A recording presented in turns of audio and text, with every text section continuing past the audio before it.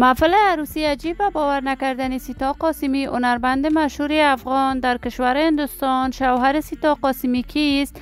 افشای حقایق و رازهای پشت پرده زندگی سیتا قاسمی با دخترانش و شکایت همسر اول سیتا قاسمی که اصلا باور نخواهید کرد. این دختر خانم اکنون کجاست؟ مصروف چی کارباری است؟ من در این ویدیو پیرامون حقایق همین ماجرا خواهم پرداخت. پس در ادامه با کانال دنیا اینفو باشید.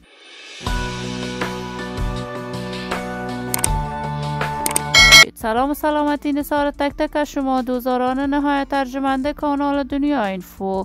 شما را خوش آمدید میگم و یکی دیگر از ویدیوهای جذاب و دیدنی این کانال. برای حمایت هرچی بیشتر از کانال دنیا اینفو علامت سابسکرایب را فشار دهید تا بیننده ویدیوهای جذاب و دیدنی کانال دنیا اینفو باشید. سیتا قاسمی، هنرمند جوان، یکی از چهره‌های نخبه و شناخته شده در هنر موسیقی افغانستان، علاقمندان و دوستداران خاص خودش را داشته است. این هنرمند محبوب کشور از سال 2006 به شکل مسلکی و رسمی شروع به سرودن آهنگ کرد.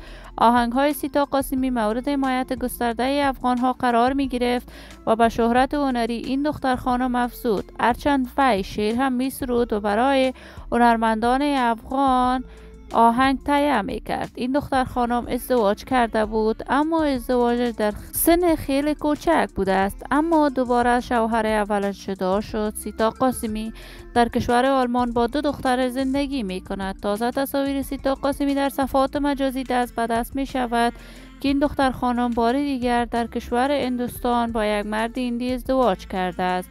اشتراک سیتا قاسمی در جشنواره‌های بزرگ موسیقی در کشور هندوستان بار دیگر مورد حمایت گسترده قرار گرفته است، اما انتقادات گسترده ای را هم به همراه داشت که سیتا قاسمی رقیب هنری آریانا سعید می باشد.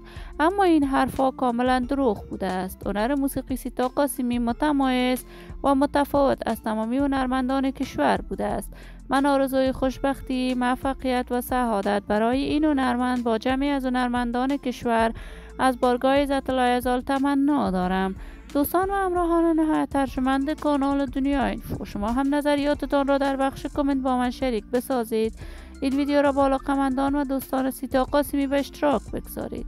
اگر دوست دارید عضو کانال دنیا اینفو باشید، پس برای حمایت هرچی بیشتر از این کانال علامت سابسکرایب را فشار دهید تا ویدیوهای دیگر کانال من را از دست ندهید. تا درودی دیگر، بدرود.